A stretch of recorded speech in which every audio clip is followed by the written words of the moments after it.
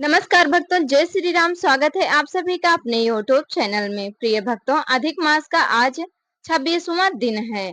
तो आइए आज की वीडियो में हम अधिक मास कथा महात्म्य अध्याय 26 का श्रवण करते हैं। इसके पहले की वीडियो में आप सभी ने अधिक मास कथा अध्याय 25 का श्रवण किया था और आज की वीडियो में श्रवण करने जा रहे हैं अधिक मास कथा अध्याय 26।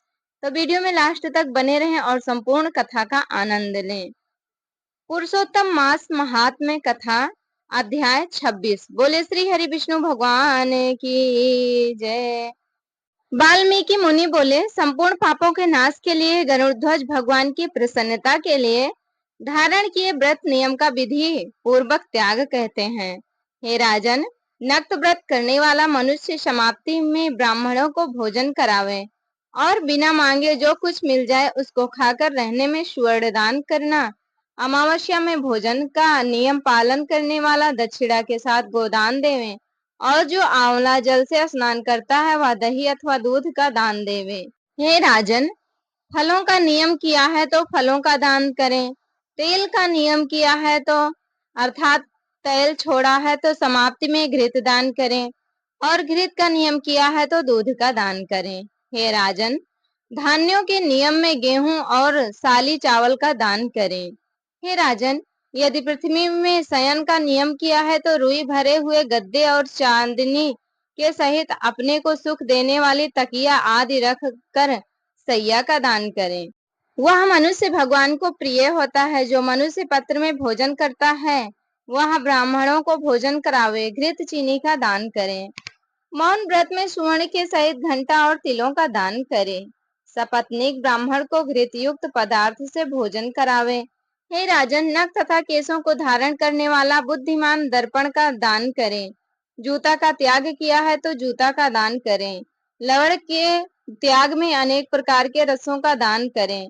दीप त्याग किया है तो पात्र सहित दीपक का दान करें। जो मनुष्य अधिक मास में भक्ति से नियमों का पालन करता है वह सर्वदा वैकुंठ में निवास करता है। तांबे के पात्र में घी और सुवर्ण की बत्ती रखकर दीपक का दान करें। व्रत की पूर्ति के लिए पल पात्र का ही दान देवें। एकांत में वास करने वाला 8 घंटों का दान करें। वे घट सुवर्ण के हों या मिट्टी के हों, उनको वस्त्र और सुवर्ण के टुकड़ों के सहित देवें और मास के अंत में छाता जूता के साथ 30 मोदक का दान करें और भार ढोने में समर्थ बैल का दान करें। इन वस्तुओं के न मिलने पर अथवा यथोक्त करने में समर्थ होने पर, हे राजन, संपूर्ण व्रतों की सिद्धि को देने वाला ब्राह्मणों का वचन कहा गया है, अर्थात ब्राह्मण से सुफल के मिलने पर व्रत पूर्ण हो जाता है। जो मलमास में एक अन्न का सेवन करता है वह चतुर्भुज होकर परम गति को पाता है। इस लोक में एकांत से बैठकर दूसरा कुछ भी पवित्र नहीं है। एक अन्न के सेवन से मुनि लोग सिद्ध होकर परम मोक्ष को प्राप्त हो गए। अधिक मास में जो मनुष्य रात्रि में भोजन करता है वह राजा होता है। वह मनुष्य संपूर्ण कामनाओं को प्राप्त करता है, इसमें जरा भी संदेह नहीं है। देवता लोग दिन के पूर्वाह्न में भोजन करते हैं और मुनि लोग मध्याह्न में भोजन करते हैं। अपराह्न में पितृगण भोजन करते हैं, इसलिए अपने लिए भोजन का समय चतुर्थ प्रहर कहा गया है। हे नराधिप, जो सब बेला को अतिक्रमण कर चतुर्थ प्रहर में भोजन करता है, हे जनाधिप, उसके ब्रह्म हत्यादि पाप नाश हो जाते हैं। हे महिपाल, रात्रि में भोजन करने वाला समस्त पुण्यों से अधिक पुण्य फल का भागी होता है और वह मनुष्य प्रतिदिन अश्वमेध यज्ञ के करने का फल प्राप्त करता है। भगवान के प्रिय पुरुषोत्तम मास में उड़द का त्याग करें। वह उड़द छोड़ने वाला समस्त पापों से मुक्त होकर विष्णु लोक को जाता है। जो पातकी ब्राह्मण होकर यंत्र में तिल पेरता है, हे राजन, वह ब्राह्मण तिल की संख्या के अनुसार उतने वर्ष पर्यंत रौरव नरक में वास करता है, फिर चांडाल योनि में जाता है और कुष्ठ रोग से पीड़ित होता है। जो मनुष्य शुक्ल और कृष्ण पक्ष की एकादशी तिथि में उपवास करता है वह मनुष्य चतुर्भुज हो गरुड़ पर बैठकर वैकुंठ लोक को जाता है और वह देवताओं से पूजित तथा अप्सराओं से सेवित होता है। एकादशी व्रत करने वाला दसवीं और द्वादशी के दिन एक बार भोजन करें। जो मनुष्य एवं देव विष्णु भगवान के प्रीत्यर्थ व्रत करता है वह मनुष्य स्वर्ग को जाता है। हे राजन, सर्वदा भक्ति से कुशा का मुट्ठा धारण करें, कुश मुष्टि का त्याग न करें। जो मनुष्य कुशा से मल मूत्र कफ रुधिर को साफ करता है वह विष्ठा में कृम योनि में जाकर वास करता है। कुशा अत्यंत पवित्र कहे गए हैं। बिना कुशा की क्रिया व्यर्थ कही गई है, क्योंकि कुशा के मूल भाग में ब्रह्मा और मध्य भाग में जनार्दन वास करते हैं। कुशा के अग्र भाग में महादेव वास करते हैं, इसलिए कुशा से मार्जन करें। शूद्र जमीन से कुशा को न उखाड़े और कपिला गौ का दूध न पीवे। हे भूपते, पलाश के पत्र में भोजन न करें, प्रणव मंत्र का उच्चारण न करें, यज्ञ का बचा हुआ अन्न न भोजन करें। शूद्र कुशा के आसन पर न बैठें, जनेऊ को धारण न करें और वैदिक क्रिया को न करें। यदि विधि का त्याग कर मनमाना काम करता है तो वह शूद्र अपने पितरों के सहित नरक में डूब जाता है। 14 इंद्र तक नरक में पड़ा रहता है, फिर मुर्गा सूकर वानर योनि को जाता है। इसलिए शूद्र हमेशा प्रणव का त्याग करें।